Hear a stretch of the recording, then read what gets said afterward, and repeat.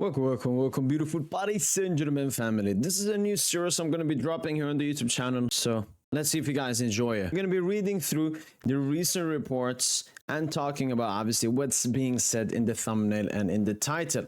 So, first thing off, wouldn't it be easier if you played with a green number 9 striker? Obviously, this was in the press conference right after Paris Saint Germain lost Atletico Madrid. Luis Enrique, bring me the striker if you have him. Where do I get this striker from? I remain faithful to my ideas. Today I failed, it would be with my ideas, not with those of journalists or another coach. Basically, once again, Lucho's crazy ego. The journalists complaining, the players complaining. Lucho just, no, my ego. I remain faithful to my ideas. So basically, he doesn't want to adjust. Lack of clinicality is inexplicably unfair. What happened in our games Champions League? We should have easily won 3 games at home. I feel very bad. I'm responsible for all of this. Whatever happens, I take responsibility. You take responsibility for everything, but you don't want to change anything. What a shit night. There's no doubt the qualification for UCL knockout is in danger. This defeat puts us in a very complicated situation. We're trying to then qualify, and if we don't qualify, we take the necessary measures. There's no doubt about that. I don't work in football with fear. Disgusting. Man, Lucho is just, yeah, I don't want to read this shit. Lucho just, he has to go, man. Alright then. UEFA will not sanction PSG for the free Palestine team for displayed last night against Atletico Madrid. UEFA spokesperson, there will be no disciplinary action since the banner display cannot be considered provocative or insulting in this specific case.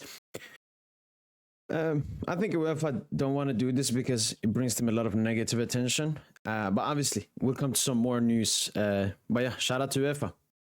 Victor Gyökeres is on PSG's plans. At least not in short-term plans. The club isn't planning on rushing to sign Gyökeres. Luis Enrique is also worried of a weight of transfer fee that might cost bring Victor Gyökeres, a huge fee that could perhaps crush the players under pressure, similar to that of Colomani's situation. Gyökeres can leave for a fee of around 75 to 100 million, but internally the club considered that this type of price now carries an element of risk and danger for all parties.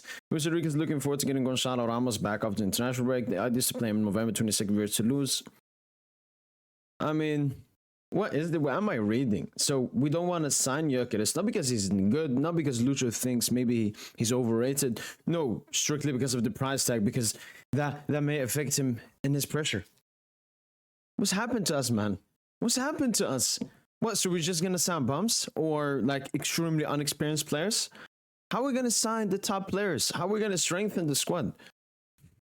There's an element of risk and danger for all parties. I think every single transfer carries an element of risk, every single one. But you take it. What's happened, man? Shit's cooked. But yeah, shout out to Campos for being interested in Gyökeres, man. PG management is closely monitoring Luis Enrique's performances. Luis Enrique said he was very satisfied with the transfer windows, began to privately complain about quality of his squad. This has not gone down well with the management, who considered that unlike the previous coaches at PSG, Luis Enrique has had total control over the squad and their transfer window. These internal tensions are potentially weakening Luis Enrique's position despite his recent extension. The management is also going to keep a very close eye on the performance versus Bayern, although this game won't decide Enrique's future. The expectations versus Bayern are high on the eyes of the management. The players, especially the attackers, are also showing more and more reluctance towards Luis Enrique's game plan. The team's plays more categorized, steering and predictable by the various players of the squad. Luis Enrique still remains a little too strict with some of his playing ideas, such as not using an actual number 9. He's happy if not playing an actual number 9 and has told the management that he wants a winger and a centre-back this January. So, I mean, yeah, we're basically going to sign a winger and a right-footed centre-back in January. At least that's what we're going to aim for. But what it looks like Lucho doesn't want to adjust, but PSG are starting finally to get mad, and there is obviously some pressure for that Bayern Munich game. So let's see what happens there. Next up, Randall Colomani could lead PSG this January, with Premier League clubs being very attentive to the situation. Alone with a buy option could suit all parties. I mean, as a PSG fan, I would definitely take that.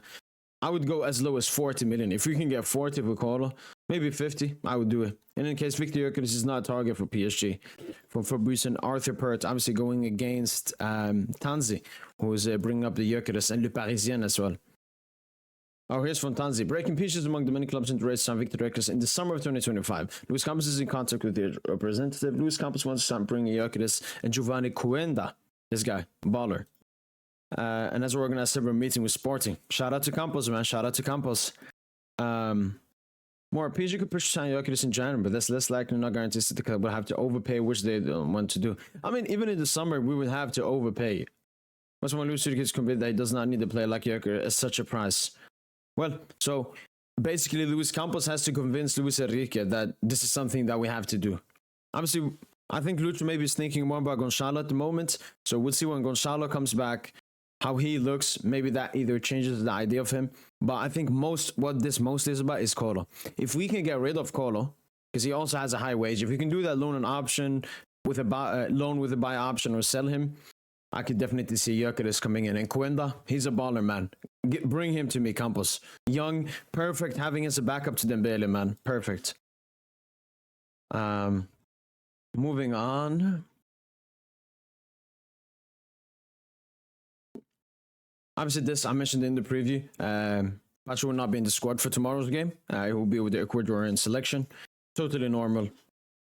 Good luck for him. And obviously heard the reports that were in the thumbnail. PSG suspended the cup from accessing the Paris Saint Germain sites, has match days for an identified period. This decision comes following Wednesday Tifo, which displayed a political message. So basically, this is a political message. Okay. The club will also put in a place process to validate Tifo to prevent an incident like this from happening again. PSG will temporarily ban Tifos despite the ultras and fans the same following the same through Paris Tifo, which the club wasn't aware of earlier. Basically, our club is a cuck station. And here's the big report. There will be no more teams at the bad plans for the remainder of 2024. Yeah, I mean, UEFA didn't ban us, but our own club is banning us. And I believe it's the pressure they have received from France, the nation of France. They put pressure on Paris Saint Germain that what happened in the Champions League game is completely unacceptable and so on and so on. I mean, Ligue 1/France forces us to wear LGBTQ, promoting that disgusting shit. They legit, they are telling us to promote that men having sex with other men is okay. A completely unimportant, disgusting thing we're supposed to promote. But, you know, shedding some light, putting some information about something very bad happening, that's, you know, totally out of order. When we did BLM, isn't that a political message? I don't think we did a PSG anything about Ukraine, but the Premier League did stuff about Ukraine. Isn't that a political message? For me, it's like this, okay? If you don't want to show this Palestine stuff, I have absolutely no problem with that. But for me, my main issue is, why show that and not that? It's a double standard. It's disgusting. But yeah, look, PSG reached the Champions League final and a semi-final when we had no fans in the stadium. So maybe our ultras not being here is something good. Even though our next 4 Champions League games, 2 of them in 2024, are both away.